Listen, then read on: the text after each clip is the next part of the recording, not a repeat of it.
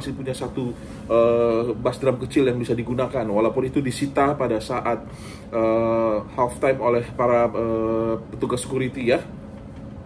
Nah, dari sisi supporter memang luar biasa kemarin yang tagline yang mengatakan bahwa merahkan Sydney, jadikan Sydney kandang Garuda itu benar-benar terjadi sebenarnya ya.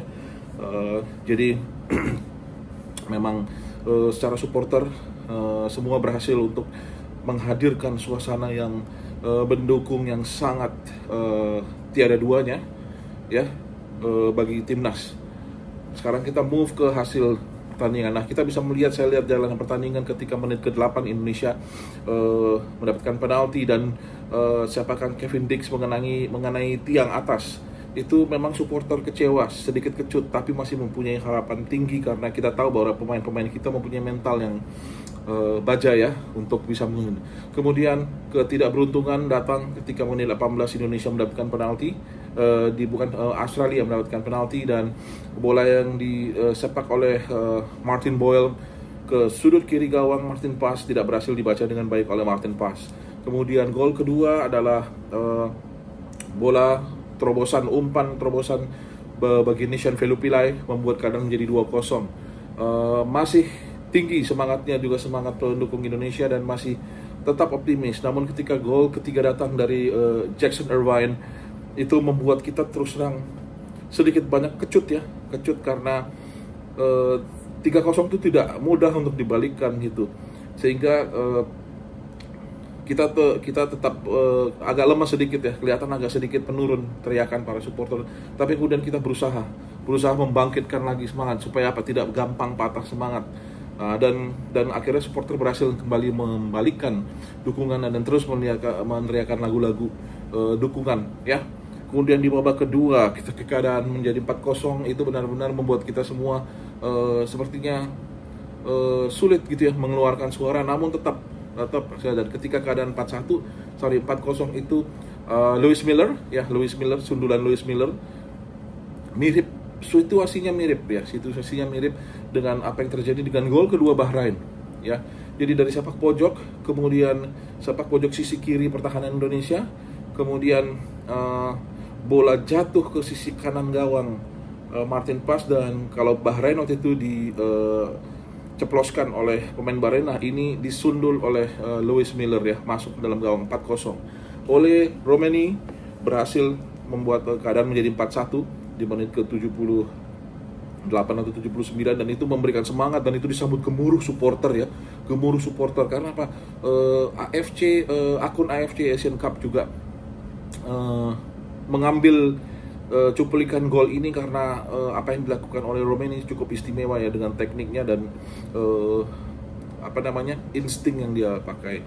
Nah, kemudian ketika keadaan menjadi 5-1, ya kita semua sudah memaklumi lah bagaimana hasil akhirnya.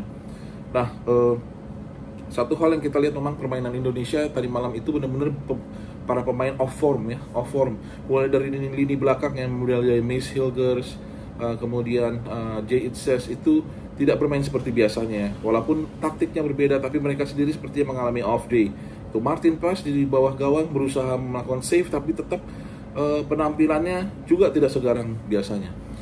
Calvin Verdong berusaha keras ya untuk menutup lokasi LCB itu, namun ya memang keadaannya juga tidak seperti yang kita harapkan. Di lini tengah Tom Haye mati-matian ke sana sini, Nathan berusaha untuk mengcover tapi memang sistemnya tidak berjalan dengan baik. Begitu juga di depan Dean James seperti terisolir karena seperti kurang mendapatkan bola dan kurang bisa melakukan pergerakan itu. Sementara Rafael Struijk ketika start cukup seperti yang saya bilang, Rafa itu memiliki kelebihan di kecepatan dia yang bisa membuat tim kalang kabut sehingga Indonesia mendapatkan penalti ya. Oleh Romeni sendiri bagi saya penampilannya istimewa, sedangkan di lini kanan ketika Eliano Reinders masuk menjadi cukup hidup ya permainan Indonesia gitu, cukup hidup, tapi memang mungkin sudah cukup terlambat. Jadi ya intinya kalau di babak pertama kita kalah 3-0, di babak kedua keadaan itu 2-1, sehingga sebenarnya ada sedikit perbaikan dari timnas Indonesia. Nah, ada beberapa hal yang saya cukup sesalkan adalah ketika menit 90-an lebih, sebagian supporter yang mungkin merasa tidak terima dengan hasil kekalahan ini, meneriakan nama Shin Tae-yong. Nah, bagi saya menghargai Coach Shin Tae-yong, dan Shin Tae-yong sendiri menghargai hasil kemarin karena dia tidak berusaha membuat keadaan lebih riuh. Tapi sebagai bangsa yang berpendidikan dan mempunyai etika, sangat disayangkan ketika teriakan-teriakan itu muncul, karena itu sebenarnya datang dari sekelompok supporter sehingga sebagian besar supporter terpancing. Kami berusaha di lapangan menenangkan mereka dan menenangkan itu, karena apa? Hal ini akan disorot dunia.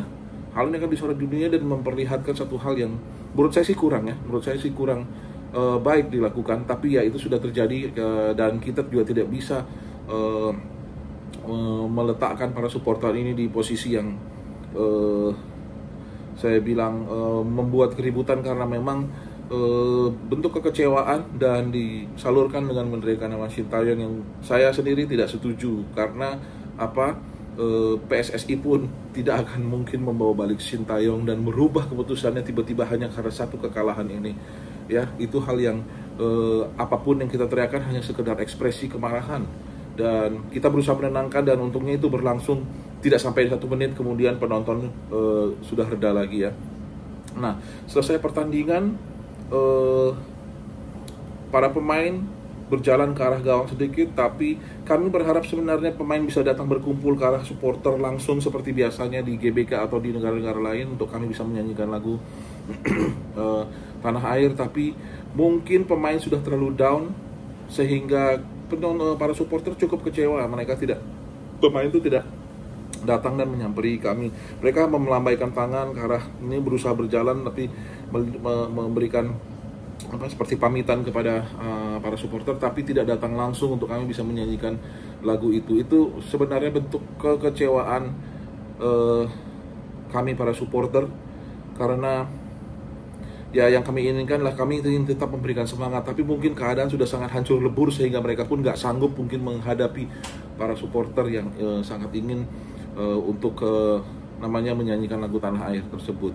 Nah, overall memang permainan Indonesia tadi malam tidak jalan sama sekali, dan hasil ini membuat tadinya Indonesia sempat berada di peringkat kelima, namun untungnya Jepang mengalahkan Bahrain 2-0, dan pada saat terakhir 1-0 Arab Saudi mengalahkan China, sehingga akhirnya Indonesia naik lagi ke peringkat keempat adalah batas. Tapi saat ini peringkat pertama Jepang yang sudah memastikan lolos ke Piala Dunia, peringkat kedua ada Australia dengan nilai 10, peringkat ketiga ada Arab Saudi dengan nilai 7, kemudian peringkat keempat Indonesia, kelima itu ada Bahrain, dan keenam itu adalah China dengan nilai yang sama 6. Jadi hasil 25 Maret nanti di GBK itu sangat menentukan ya langkah Indonesia berikutnya. Dan sekarang memang harapan untuk posisi 2 agak sulit dikejar, bukannya tidak mungkin, tapi agak sulit karena Australia pun akan menghadapi China, kemudian nanti Australia tetap akan menghadapi Jepang di Perth bulan Juni, dan terakhir menghadapi Arab Saudi kalau tidak salah ya, Arab Saudi. Nah, itu mereka mempunyai peluang untuk mendapatkan at least 4 nilai dari situ, sehingga poinnya bisa sekitar 14 ya, paling sedikit 4 nilai atau 5 nilai, 4 nilai ya paling sedikit. Nah, itu ada di peringkat ke-14, di peringkat kedua kemungkinan besar. Sedangkan Indonesia dengan hasil ini maksimum nilainya juga akan 14 ya. Jika bisa memenangkan 3 pertandingan terakhir, walaupun mungkin agak sedikit sulit mengalahkan Jepang, tapi kalau Indonesia bisa memenangkan semua, tapi hasil yang realistis adalah maksimum Indonesia punya 12 nilai, yang berarti akan berada di peringkat 3-4. Dan jika melihat klasemen saat ini, Indonesia akan bertemu lawan-lawan yang cukup tough di ronde 4, yaitu salah satunya udah pasti Irak, kemudian ada Qatar yang sekarang saat ini juga posisinya genting, dan beberapa negara lainnya lagi ya, seperti Uni Arab Emirates. Tapi ya terlepas dari itu, mari kita semangat untuk tetap mendukung Indonesia di GBK nanti. Gunakan magis GBK itu untuk menghancurkan Bahrain dan memperoleh 3 poin ya. Kita harapkan semuanya berjalan dengan lancar. Pemain juga saya percaya akan tetap berusaha. Kami juga supporter sudah menerima dan memaklumi kenapa pemain tidak benar-benar datang berkumpul, karena mungkin mereka sudah terlalu hancur juga sehingga mereka sungkan. Mereka malu untuk benar-benar datang, walaupun kami tetap akan menerima. Terima kasih Timnas Indonesia sudah berjuang keras tadi malam. Terima kasih supporter yang berhasil memerahkan Sydney, menjadikan menur Sydney kandang Garuda. Oke, until next video. Thank you so much. Jangan lupa subscribe channelnya, like videonya, dukung video-video, dukung channel ini untuk berkembang.